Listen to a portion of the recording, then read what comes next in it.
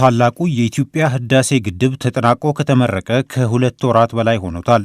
በግንባታ ሂደት ላይ ያለ ኢትዮጵያን ከግብፅና ሱዳን ጋር ብዙ ክፉ ደግ ሲያነጋግር የቆየው የዚህ ግድብ መጠናቀቅ ውዝግቡንም አብሮ ሊያሰክነው እንደሚችል ተገምቶ ነበር። ይሁንና በተለይ በግብፅ በኩል አሁንም በግድቡ ጉዳይ ቅሬታዎችና ክስ የሚመስሉ አስተያየቶች እየተሰሙ ነው። በዚያው በተመረቀበት ሰሞን ለተባበሩት መንግስታት ድርጅት የጸጥታው ምክር ቤት ግድቡን የተመለከተ ደብዳቤ ያስገባችው ግብፅ የህልውናዊ መሰረት የሆነውን የናይል ውሃ ለማስከበር ማንኛውንም እርምጃ የመውሰድ መብት እንዳለኝ እንዳይዘነጋ ማለቷ ይታወሳል። ከወር ግድም በፊት ደግሞ ግብፅ ብሔራዊ ጥቅሟንና የውሃ ደህንነቷን ለማስጠበቅ አስፈላጊ የሆኑ ሁሉንም እርምጃዎች ትወስዳለች ሲሉ የሀገሪቱ ፕሬዝዳንት አብዱልፈታህ አልሲሲ ተናግረዋል። ከሰሞኑ እንዲሁ የሀገሪቱ ውጭ ጉዳይ ሚኒስትር ግድቡን በተመለከተ ከዚህ በኋላ ከኢትዮጵያ ጋር ለድርድር አንቀመጥም የሚል አስተያየት ሰጥተዋል። በዓለም አቀፍ ሕግ መሰረት ግብፅ የውሃ ደህንነቷን ታስከብራለች ሲሉም ሚኒስትሩ ባድር አብዱላቲ ለቢቢሲ ተናግረዋል። ለመሆኑ ግብፅ የግድቡ ግንባታ ከተጠናቀቀ በኋላም እንዲህ አይነት ዛቻዎችን በማሰማቱ ለምን መቀጠል ፈለገች?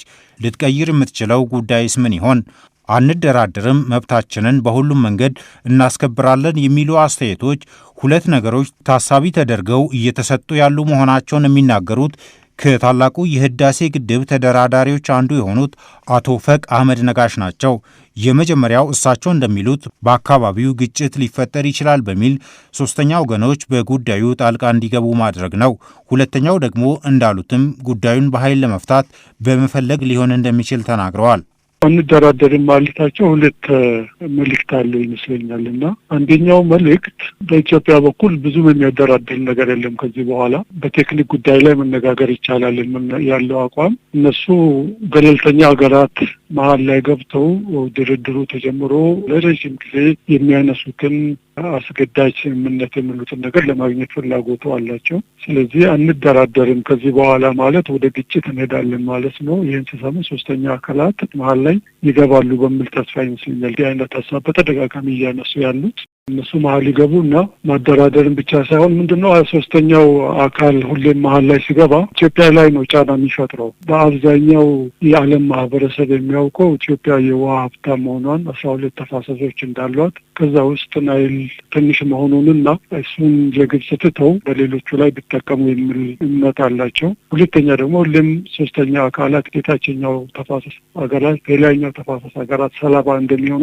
ስለሚወስዱ የእነሱን አቋም ይደግፉና ኢትዮጵያ ላይ ጫና ይፈጥራሉና ይህንን ተስፋ አድርገው ነው ሶስተኛ አካል እንዲመጣ ፍላጎታቸውን በተደጋጋሚ የሚያሳዩት። ሁለተኛው ግን ድርድር አያዋጣኝም፣ ከዚህ በኋላ የሚያዋጣኝ ከሀገሪቷ ጋር ወደ ፍጥጫ መሄድ፣ ወደ ግጭት መሄድ የሚል ይመስለኛልና እነኚህን ሁለት አቅጣጫዎች ይዘው ለመንቀሳቀስ የፈለጉ ይመስለኛል።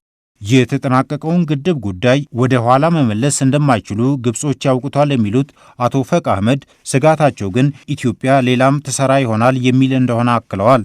ኢትዮጵያን ብቻ ሳትሆን ሌሎች የላኛው ተፋሰስ ሀገራት ግድብ ሊሰሩ ይችላሉ በሚል ነገሩን እንደዋዛ ሊተዉት አልፈለጉም ሲሉ አክለዋል። በግብጽ በኩል ኢትዮጵያ ሌላ ግድብ ትጀምራለች የሚል ፍራቻ አላቸው። የኢትዮጵያ ግድብ በሰላም መጠናቀቅ ደግሞ ሌሎች የላይኛው ተፋሰስ ሀገራትም በተመሳሳይ ሁኔታ ግድብ መገደብ፣ ውሃን መጠቀም ይጀምራሉ የሚል አስተሳሰብ ነው ያላቸው። እንግዲህ አስተሳሰብ የተሳሳተ አስተሳሰብ ነው። ምክንያቱም በአሁኑ ጊዜ ከህዝብ ብዛት ጋር፣ ከኢኮኖሚ ጋር፣ ከከባቢ አየር ለውጥ ጋር በተያያዘ ሀገራት በውሃ የመጠቀም ፍላጎታቸው እየጨመረ እንደሚሄድ ይታወቃል እና ይህንን እውነት መቀበል አልቻሉም፣ መማርም አልቻሉም፣ አልለመዱምም እና የላይኛው ተፋሰስ ሀገራት ተነጋግረው አቋም ይዘው ሁሉም በየአቅጣጫው ውሃውን መጠቀም እንደሚፈልጉ መጠቀም እንደሚችሉ ቀድሞም የመጠቀም እድል እንዳላቸው ተማምነው ቢንቀሳቀሱ በዛ አቅጣጫ ይለምዳሉ የሚል እምነት አለኝና በግብጽ በኩል ያለው ይህንን እውነታ ይህንን ሀቅ መልመድ አልቻሉም። ግብጽ በግድቡ ጉዳይ በተለያዩ ጊዜያት የተለያዩ መግለጫዎችን አውጥታለች። የተለያዩ ባለስልጣናቷም አስተያየቶች ሰጥተዋል። በኢትዮጵያ በኩል ግን በተወሰኑት ላይ ብቻ ካልሆነ ምላሽ ሲሰጥ አልተሰማም። የቅርብ ጊዜው የውጭ ጉዳይ ሚኒስትር ባድር አብዱላቲ አስተያየት ምላሽ ከተሰጠባቸው መካከል ነው። የኢትዮጵያ ውጭ ጉዳይ መስሪያ ቤት ሚኒስትሩ የሰጡትን አስተያየት መሰረት አድርጎ ባወጣው መግለጫ ከፍተኛ የግብፅ ባለስልጣናት በአባይ ወንዝና በታላቁ የኢትዮጵያ ህዳሴ ግድብ ላይ ጸባጫሪ ንግግራቸውን እያባባሱት ነው ሲል ከሷል። በኢትዮጵያ በኩል ያስፈልጋል ተብሎ ሲታመን ብቻ ምላሽ መስጠቱ ትክክል ነው ብለው እንደሚያምኑ አቶ ፈቅ አህመድ ተናግረዋል። ዝም ማለቱም አንዱ ስልት ነው። ምክንያቱም አንድ አካል አንድ ሀሳብን አንስቶ ትልቅ ኢሹ አድርጎ ሲያናፍስ አንተም ያንን ይዘህ አብረህ የምታናፍስ ከሆነ ጉዳዩን ታጦዘው እና ዓለም አቀፋዊ ይዘት እንዲኖረው ማድረግ ነው የሚሆነው። ዝምታው ጥሩ ሆኖ በሚፈለግ ሰዓት ግን በአስፈላጊ መግለጫ መስጠትና ማብራሪያ ለዓለም ማህበረሰብ መስጠቱ አንደኛው አማራጭ ነው የሚሆነው። ከሁሉም በላይ ግን ከነሱ ጋር የሰጣ አገባ ውስጥ መግባት ሳይሆን በኢትዮጵያ በኩል ያለውን እውነታውን በተለያየ መልኩ ለዓለም ማህበረሰብ ማሳወቅ፣ የዲፕሎማሲ ስራዎችን መስራት የዓለም ማህበረሰብ ከነሱ ነው እየሰማ ያለው። በእኛ በኩል እውነታውን የኢትዮጵያን አቋም ኢትዮጵያ የቆመችለትን እሴቶች በተደጋጋሚ ማሳወቁ የተሻለ የሚሆን ነው የሚሆነው። የኢትዮጵያ መንግስት በግድቡ ጉዳይ አሁንም ለድርድር ዝግጁ እንደሆነ በተደጋጋሚ መናገሩ ይታወሳል።